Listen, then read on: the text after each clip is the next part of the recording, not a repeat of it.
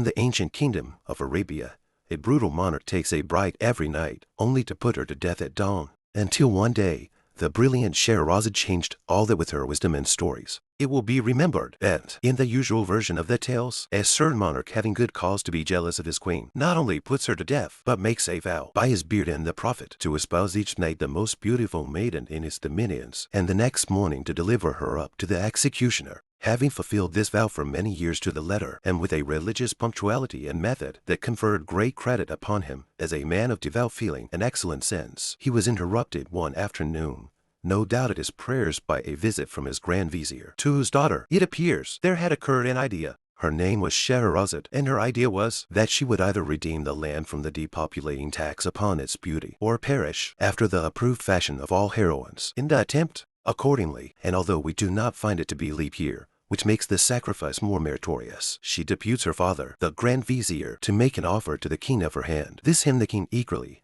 accepts. He had intended to take it at all events, and had put off the matter from day to day, only through fear of the vizier. But in accepting it now, he gives all parties very distinctly to understand that, Grand Vizier or no Grand Vizier, he has not the slightest design of giving up one iota of his vow or of his privileges. When, therefore, the fair Scheherazade insisted upon marrying the king, and did actually marry him despite her father's excellent advice not to do anything of the kind, when she would and did marry him, I say, it was with her beautiful black eyes as thoroughly open as the nature of the case would allow. It seems, however, that this politic damsel, who had been reading Machiavelli, beyond doubt, had a very ingenious little plot in her mind. On the night of the wedding, she contrived, upon I forget what specious pretence, to have her sister occupy a couch sufficiently near that of the royal pair to admit of easy conversation from bed to bed. At a little before cock crowing, she took care to awaken the good monarch, her husband, who bore her none the worse will, because he intended to wring her neck on the morrow. She managed to awaken him, I say, although on account of a capital conscience and an easy digestion, he slept well by the profound interest of a story about a red and a black cat, I think, which she was narrating all in an undertone, of course, to her sister. When the day broke, it so happened that this history was not altogether finished, and that Scheherazade, in the nature of things, could not finish it just then, since it was high time for her to get up and be both strong, a thing very little more pleasant than hanging, only a trifle more genteel. The king's curiosity, however, prevailing, I am sorry to say, even over his sound religious principles, induced him for this once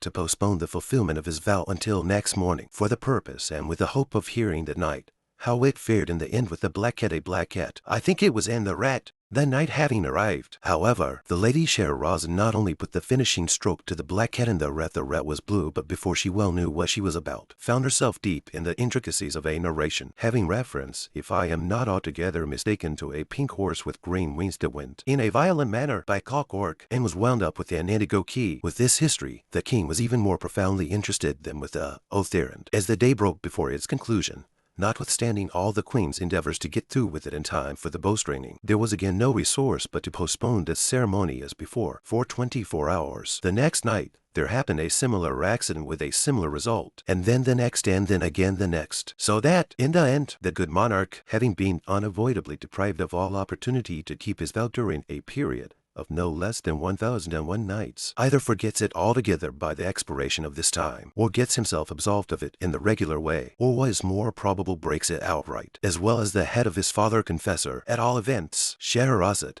being lineally descended from Eve, fell heir, perhaps, to the whole 7 baskets of talk, which the latter lady, we all know, picked up from under the trees in the Garden of Eden. Scheherazade, I say, finally triumphed, and the tariff upon beauty was repealed. Now, this conclusion, which is that of the story as we have it upon record, is, no doubt, excessively proper and pleasant, but alas, like a great many pleasant things, is more pleasant than true, and I am indebted altogether to the Is-it sonnet for the means of correcting the error. Le mieux, says a French proverb, est l'ennemi du bien.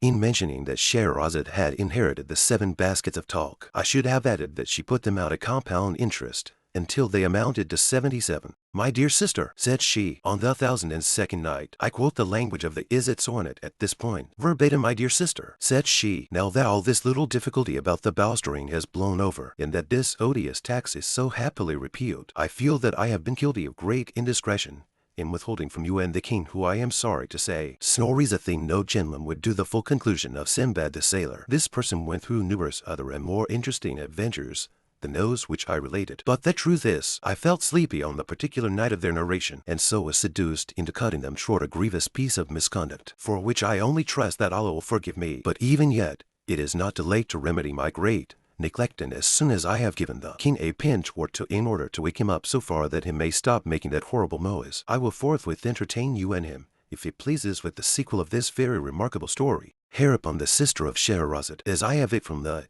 sonnet, expressed no very particular intensity of gratification, but the king, having been sufficiently pinched, at length ceased snoring, and finally said, "Huh," and then "Who." When the queen, understanding these words, which are no doubt Arabic to signify that he was all attention, and would do his best not to snore any more, the queen, I say, having arranged these matters to her satisfaction, we entered thus at once into the history of Sinbad the Sailor. At length, in my old age, these are the words of Sinbad himself, as retailed by Scheherazade. At length, in my old age, and after enjoying many years of tranquility at home, I became once more possessed of a desire of visiting foreign countries, and one day, without acquainting any of my family with my design, I packed up some bundles of such merchandise as was most precious and least bulky, and, engaging a porter to carry them, went with him down to the seashore to await the arrival of any chance vessel that might convey me out of the kingdom into some region which I had not as yet explored. Having deposited the packages upon the sands, we Saturday down beneath some trees, and looked out into the ocean in the hope of perceiving a ship, but during several hours we saw none whatever. At length I fancied that I could hear a singular buzzing or humming sound, and the porter, after listening a while, declared that he also could distinguish it. Presently it grew louder, and then still louder, so that we could have no doubt that the object which caused it was approaching us. At length, on the edge of the horizon, we discovered a black speck, which rapidly increased in size until we made it out to be a vast monster, swimming with a great part of its body above the surface of the sea. It came toward us with inconceivable swiftness, throwing up huge waves of foam around its breast, and illuminating all that part of the sea through which it passed, with a long line of fire that extended far off into the distance. As the thing drew near, we saw it very distinctly. Its length was equal to that of 3 of the loftiest trees that grow, and it was as wide as the great hall of audience in your palace, almost sublime and munificent of the caliphs. Its body, which was unlike that of ordinary fishes, was as solid as a rock, and of a jetty blackness throughout all that portion of it which floated above the water, with the exception of a narrow blood-red streak that completely begirdled it. The belly, which floated beneath the surface, and of which we could get only a glimpse now and then as the monster rose and fell with the billows, was entirely covered with metallic scales of a color like that of the moon in misty weather. The back was flat and nearly white, and from it there extended upwards of 6 spines, about half the length of the whole body. This horrible creature had no mouth that we could perceive, but, as if to make up for this deficiency, it was provided with at least 4 score of eyes that protruded from their sockets like those of the green dragonfly, and were arranged all around the body into rows, one above the other, and parallel to the blood-red streak, which seemed to answer the purpose of an eyebrow. 2 or 3 of these dreadful eyes were much larger than the others, and had the appearance of solid gold.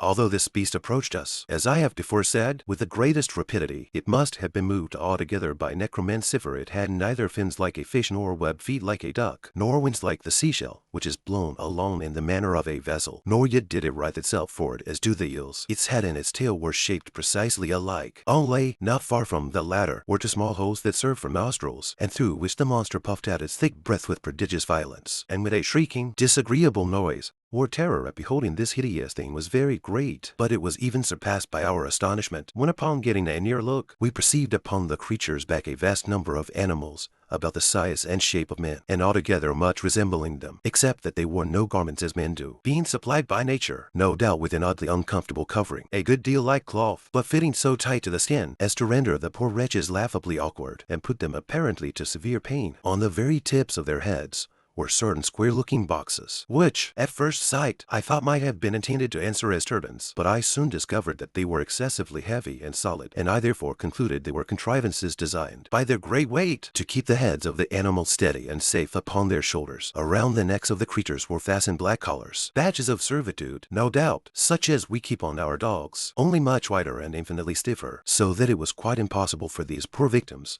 to move their heads in any direction without moving the body at the same time, and thus they were doomed to perpetual contemplation of their noses of view, puckish and snubby in a wonderful, if not positively in an awful degree. When the monster had nearly reached the shore where we stood, it suddenly pushed out one of its eyes to a great extent, and emitted from it a terrible flash of fire, accompanied by a dense cloud of smoke, and a noise that I can compare to nothing but thunder. As the smoke cleared away, we saw one of the odd man animals standing near the head of the large beast with a trumpet in his hand, through which, putting it to his mouth, he presently addressed us in loud, harsh, and disagreeable accents.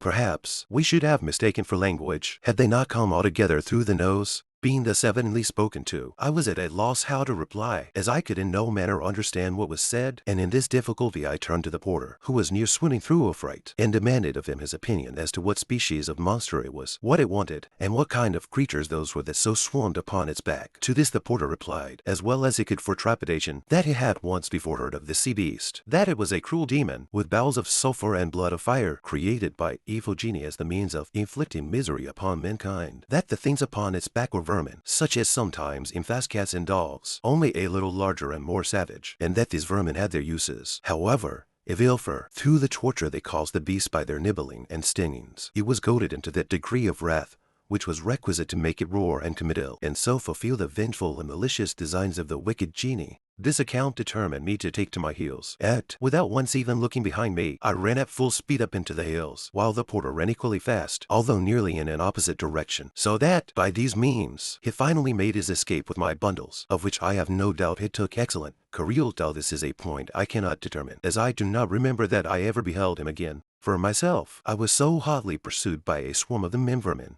who had come to the shore in boats, that I was very soon overtaken, bound hand and foot, and conveyed to the beast, which immediately swam out again into the middle of the sea. He now bitterly repented my folly in quitting a comfortable home to peril my life in such adventures as this. But regret being useless, I made the best of my condition, and exerted myself to secure the goodwill of the man animal that owned the trumpet, and who appeared to exercise authority over his fellows. I succeeded so well in this endeavor that, in a few days, the creature bestowed upon me various tokens of his favor, and in the end even went to the trouble of teaching me the rudiments of what it was vain enough to denominate its language, so that, at length, I was enabled to converse with it readily, and came to make it comprehend the ardent desire I had of seeing the world. Washish squashish squeak, Sinbad, hey diddle diddle, grunt on grumble, hiss, fizz, whiz, said he to me one day after dinner, but I beg 1,000 pardons. I have forgotten that your majesty is not conversant with the dialect of the Cockneys, so the man animals were called, I presume, because their language formed the connecting link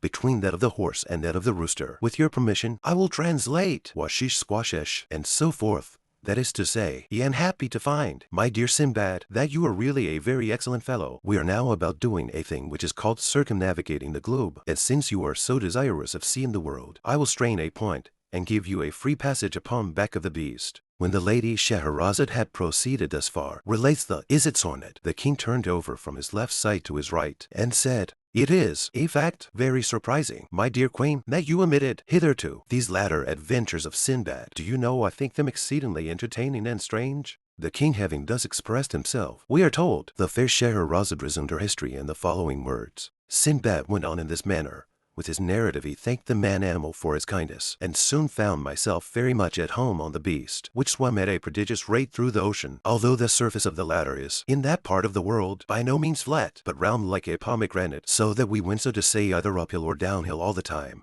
That, I think, was very singular, interrupted the king. Nevertheless, it is quite true, replied Scheherazade. I have my doubts, rejoined the king, but pray be so good as to go on with the story. I will, said the queen. The beast, continued Sinbad to the caliph, so as I have related, uphill and downhill until, at length, we arrived at an island many hundreds of miles in circumference, but which, nevertheless, had been built in the middle of the sea, by a colony of little things like caterpillars. Said the king. Leaving this island, said Sinbad, for Scheherazade, it must be understood, took no notice of her husband's ill-mannered ejaculation. Leaving this island, we came to another where the forests were of solid stone, and so hard that they shivered to pieces the finest tempered axes, with which we endeavored to cut them down. Said the king again, but Scheherazade, paying him no attention, continued in the language of Sinbad. Passing beyond this last island, we reached a country where there was a cave that ran to the distance of 30 or 40 miles within the bowels of the earth, and that contained a greater number of far more spacious and more magnificent palaces than are to be found in all Damascus and Baghdad. From the roofs of these palaces there hung myriads of gems, like diamonds, but larger than man, and in among the streets of towers and pyramids and temples there flowed immense rivers as black as ebony, and swarming with fish that had no eyes. Said the king. We then swam into a region of the sea where we found a lofty mountain, down whose sides there streamed torrents of melted melt, some of which were 12 miles wide and 60 miles long, while from an abyss on the summit issued so vast a quantity of ashes that the sun was entirely blotted out from the heavens, and it became darker than the darkest midnight, so that when we were even at the distance of 150 miles from the mountain, it was impossible to see the widest object, however close we held it to our eyes. Said the king. After quitting this coast, the beast continued his voyage until we met with a land in which the nature of things seemed reversed, for we here saw a great lake, at the bottom of which, more than 100 feet beneath the surface of the water, there flourished in full leaf a forest of tall and luxuriant trees. Said the king, some 100 miles farther on brought us to a climate where the atmosphere was so dense as to sustain iron or steel, just as our own does feather. Fiddle-dee-dee, said the king. Proceeding still in the same direction, we presently arrived at the most magnificent region in the whole world. Through it there meandered a glorious river for several thousands of miles. This river was of unspeakable depth, and of a transparency richer than that of amber. It was from 3 to 6 miles in width, and its banks, which arose on either side to 1,200 feet in perpendicular height, were crowned with ever-blossoming trees and perpetual sweet-scented flowers that made the whole territory one gorgeous garden. But the name of this luxuriant land was the kingdom of horror, and to enter it was inevitable death.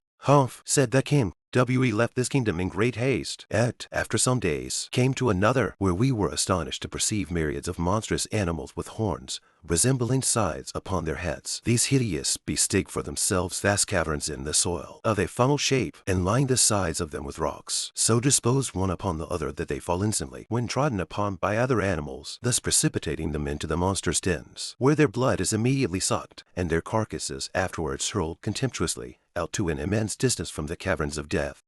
Said the king. Continuing our progress, we perceived a district with vegetables that grew not upon any soil but in the air. There were others that sprang from the substance of other vegetables, others that derived their substance from the bodies of living animals, and then again there were others that glowed all over with intense fire, others that moved from place to place at pleasure, and what was still more wonderful, we discovered flowers that lived and breathed and moved their limbs at will, and had, moreover, the detestable passion of mankind for enslaving other creatures and confining them in horrid and solitary prisons until the fulfillment of appointed tasks.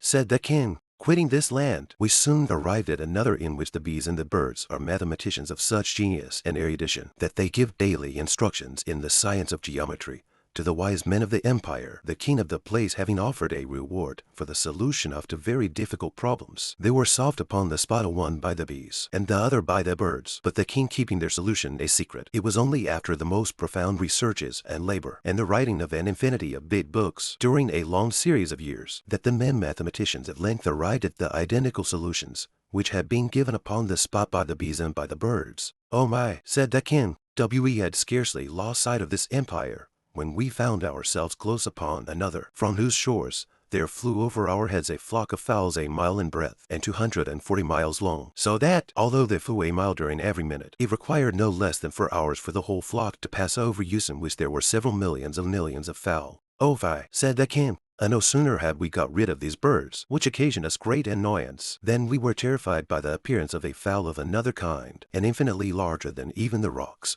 which I met in my former voyages, for it was bigger than the biggest of the domes on your seraglio. Oh, most munificent of caliphs, this terrible fowl had no head that we could perceive, but was fashioned entirely of belly, which was of a prodigious faintness and roundness, of a soft-looking substance, shining and striped with various colors. In its talons, the monster was bearing away to his eyrie in the heavens, a house from which it had knocked off the roof, and in the interior of which we distinctly saw human beings, beyond doubt, were in a state of frightful despair at the horrible fate which awaited them. We shouted with all our might, in the hope of frightening the bird into letting go of its prey, but it merely gave a snort or puff, as if of rage, and then let fall upon our heads a heavy sack, which proved to be filled with sand. Stuff, said the king. It was just after this adventure that we encountered a continent of immense extent and prodigious solidity, but which, nevertheless, was supported entirely upon the back of a sky-blue cow that had no fewer than 400 horns.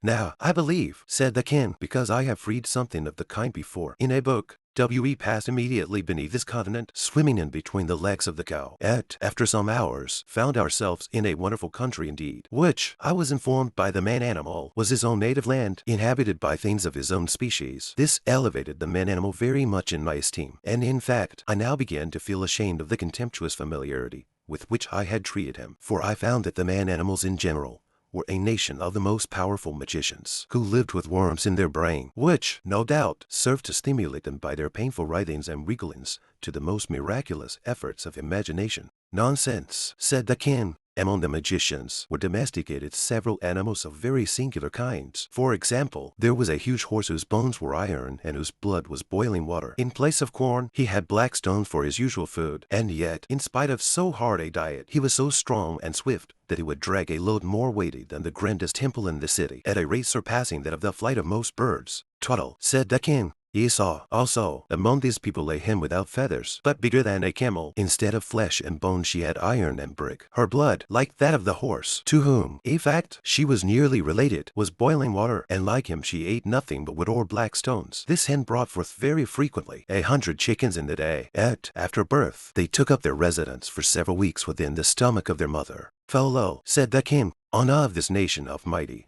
conjurers created a man out of brass and wood and leather, and endowed him with such ingenuity that he would have beaten at chess all the race of mankind with the exception of the great Caliph Harun-al-Rashid. Another of these magi constructed of like material a creature that put to shame even the genius of him who made it, for so great were its reasoning powers that, in a second, it performed calculations of so vast an extent that they would have required the united labor of 50,000 fleshy men for a year. But a still more wonderful conjurer fashioned for himself a mighty thing that was neither man nor beast, but which had brains of lead, intermixed with a black matter like pitch, and fingers that it employed with such incredible speed and dexterity that it would have had no trouble in writing now 20,000 copies of the Quran in an hour, and this with so exquisite a precision that in all the copies there should not be found one to vary from another by the breadth of the finest hair. This thing was of prodigious strength, so that it erected or overthrew the mightiest empires at a breath, but its powers were exercised equally for evil and for good. Ridiculous, said the king. Among this nation of necromancers there was also one who had in his veins the blood of the salamanders, for he made no scruple of sitting down to smoke hishibuk in a red-hot oven until his dinner was thoroughly roasted upon its floor. Another had the faculty of converting the common metals into gold, without even looking at them during the process. Another had such a delicacy of touch that he made a wire so fine as to be invisible. Another had such quickness of perception that he counted all the separate motions of an elastic body while it was springing backward and forward at the rate of 900 millions of times in a second. Absurd, said the king. Another of these magicians, by means of a fluid that nobody ever yet saw, could make the corpses of his friends brandish their arms, kick out their legs, fight, or even get up and dance at his will. Another had cultivated his voice to so great an extent that he could have made himself heard from one end of the world to the other. Another had so long an arm that he could sit down in Damascus and indite a letter at Baghdad, or indeed at any distance whatsoever. Another commanded the lightning to come down to him out of the heavens, and it came at his call, and served him for a plaything when it came. Another took to loud sounds, and out of them made a silence. Another constructed a deep darkness out of the brilliant lights. Another made ice in a red-hot furnace. Another directed the sun to paint his portrait, and the sun did. Another took this luminary with the moon and the planets, and having first weighed them with scrupulous accuracy, probed into their depths, and found out the solidity of the substance of which they were made. But the whole nation is, indeed, of so surprising a necromantic ability, that not even their infants, nor their commonest cats and dogs, have any difficulty in seeing objects that do not exist at all, or that for 20 millions of years, before the birth of the nation itself, had been blotted out from the face of creation. Preposterous, said the king. The wives and daughters of his incomparably great and wise magi, continued Scheherazade, without being in any manner disturbed by these frequent and most ungentlemanly interruptions on the part of her husband. The wives and daughters of these eminent conjurers are everything that is accomplished and refined, and would be everything that is interesting and beautiful, but for an unhappy fatality that besets them, and from which not even the miraculous powers of their husbands and fathers has hitherto been adequate to save. Some fatalities come in certain shapes, and some in others, but this of which I speak has come in the shape of a crotchet. What? Said the king. A crotchet, said Scheherazade, one of the evil genii, who are perpetually upon the watch to inflict ill, has put it into the heads of these accomplished ladies that the thing which we described as personal beauty consists altogether in the protuberance of the region which lies not very far below the small of the back. Perfection of loveliness, they say, is in the direct ratio of the extent of this lump. Having been long possessed of this idea, and boasters being cheap in that country, the days have long gone by since it was possible to distinguish a woman from a dromedary. "Stop," said the king, "I can't stand that, and I won't. You have already given me a dreadful headache with your lies. The day, too, I perceive, is beginning to break. How long have we been married? Me conscience is getting to be troublesome again. And then that dromedary touchdown, you take me for a fool. Upon the whole, you might as well get up and be throttled." These words, as I learned from the Is It sonnet, both grieved and astonished Scheherazade. But as she knew the king to be a man of scrupulous integrity, and quite unlikely to forfeit his word, she submitted to her fate with a good grace. She derived, however, great consolation during the tightening of the bowstring from the reflection that much of the history remained still untold, and that the petulance of her brute of a husband had reaped for him a most righteous reward in depriving him of many inconceivable adventures.